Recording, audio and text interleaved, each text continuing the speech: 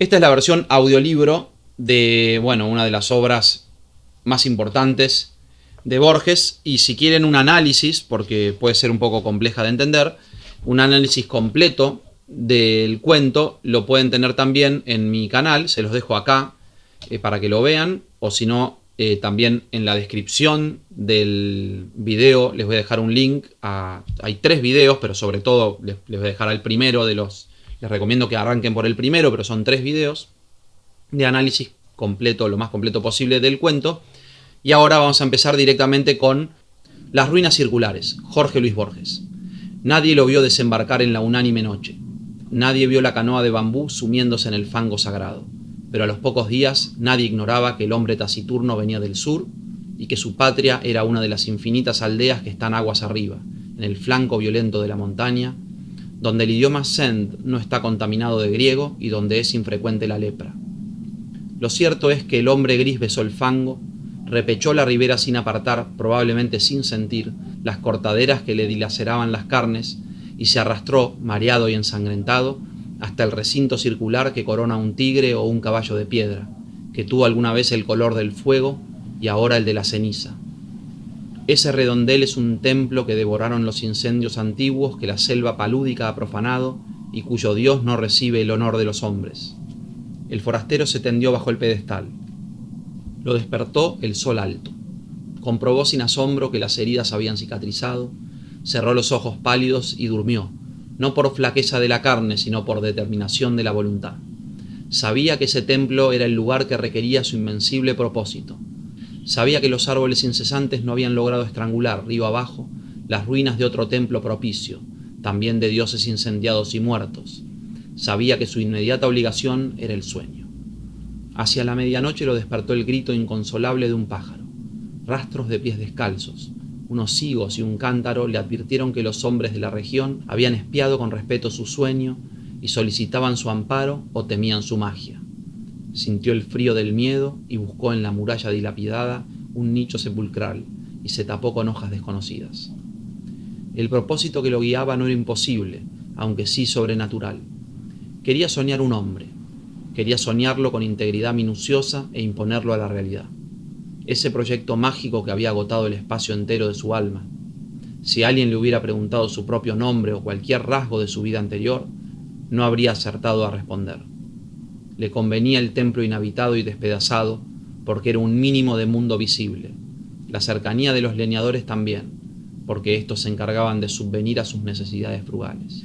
El arroz y las frutas de su tributo eran pábulo suficiente para su cuerpo, consagrado a la única tarea de dormir y soñar. Al principio los sueños eran caóticos, poco después fueron de naturaleza dialéctica. El forastero se soñaba en el centro de un anfiteatro circular que era de algún modo el templo incendiado. Nubes de alumnos taciturnos fatigaban las gradas. Las caras de los últimos pendían a muchos siglos de distancia y a una altura estelar, pero eran del todo precisas. El hombre les dictaba lecciones de anatomía, de cosmografía, de magia.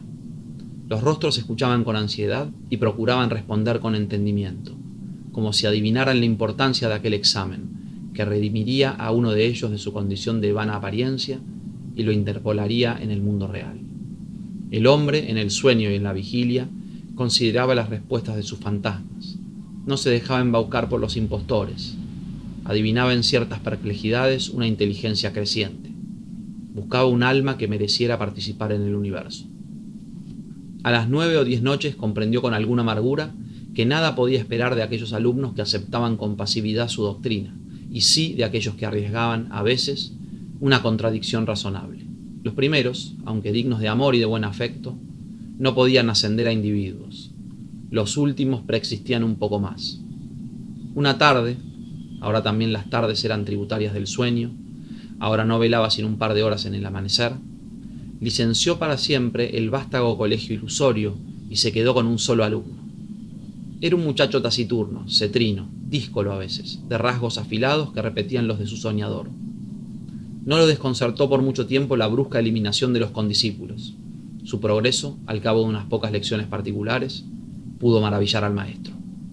Sin embargo, la catástrofe sobrevino. El hombre, un día, emergió del sueño como de un desierto viscoso, miró la vana luz de la tarde que al pronto confundió con la aurora y comprendió que no había soñado. Toda esa noche y todo el día, la intolerable lucidez del insomnio se abatió contra él. Quiso explorar la selva, extenuarse. Apenas alcanzó entre la cicuta unas rachas de sueño débil, veteadas fugazmente de visiones de tipo rudimental, inservibles. Quiso congregar el colegio y apenas hubo articulado unas breves palabras de exhortación, éste se deformó, se borró. En la casi perpetua vigilia, lágrimas de ira le quemaban los viejos ojos. Comprendió que el empeño de modelar la materia incoherente y vertiginosa de que se componen los sueños es el más arduo que puede acometer un varón, aunque penetre todos los enigmas del orden superior y del inferior.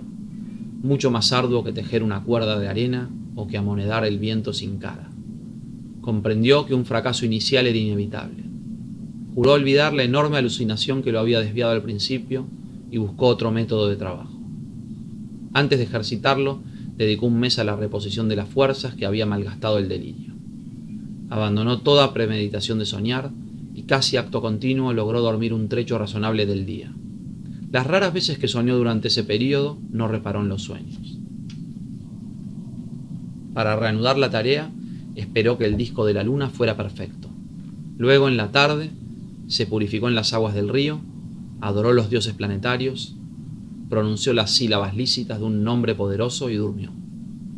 Casi inmediatamente soñó con un corazón que latía.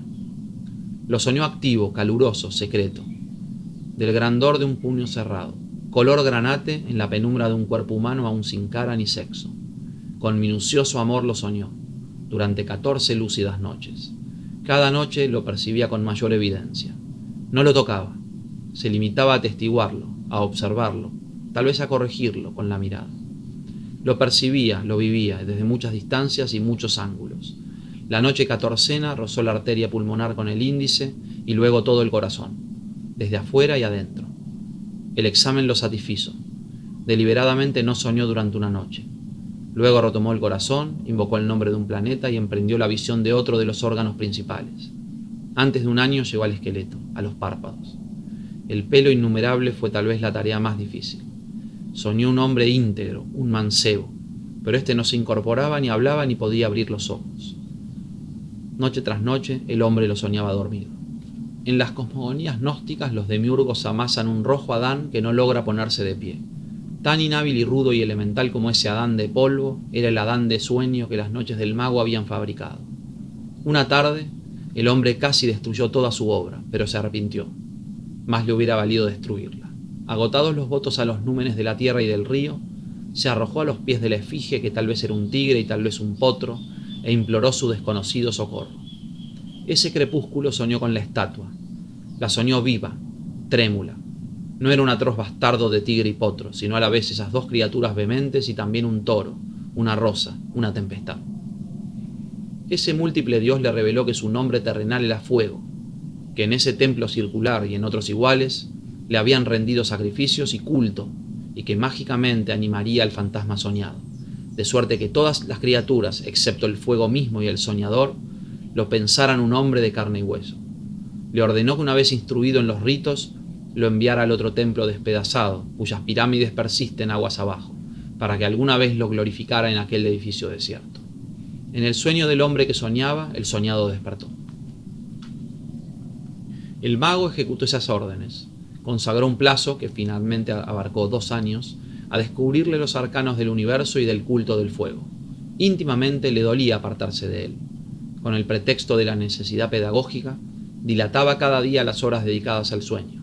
También rehizo el hombro derecho, acaso deficiente. A veces lo inquietaba una impresión de que ya todo eso había acontecido.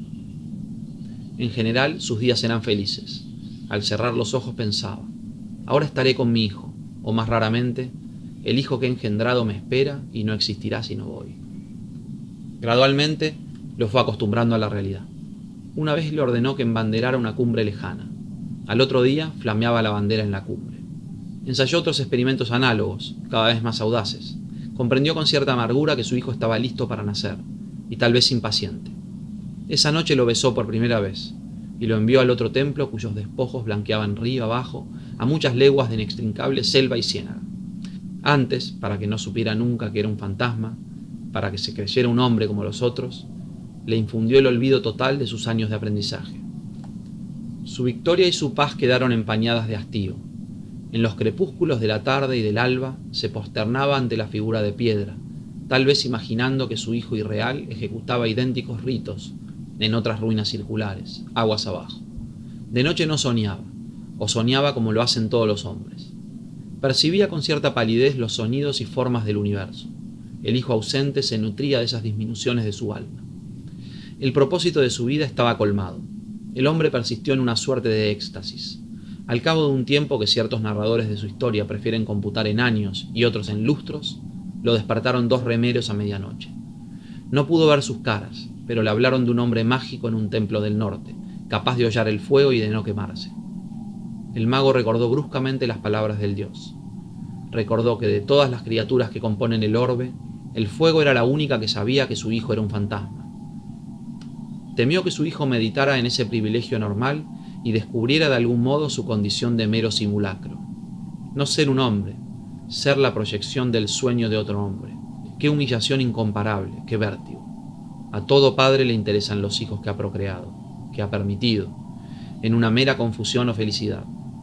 Es natural que el mago temiera por el porvenir de aquel hijo, pensado entraña por entraña y rasgo por rasgo, en 1001 noches secretas.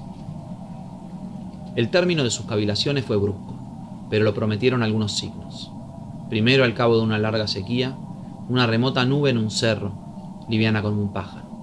Luego, hacia el sur, el cielo que tenía el color rosado de la encía de los leopardos. Luego, las humaredas que rumbraron el metal de las noches. Después, la fuga pánica de las bestias. Porque se repitió lo acontecido hace muchos siglos. Las ruinas del santuario del dios del fuego fueron destruidas por el fuego. En un alba sin pájaros, el mago vio cernirse contra los muros el incendio concéntrico.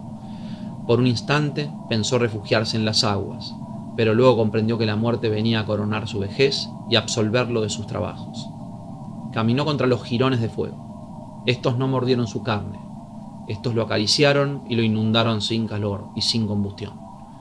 Con alivio, con humillación, con terror, comprendió que él también era una apariencia, que otro estaba soñándolo.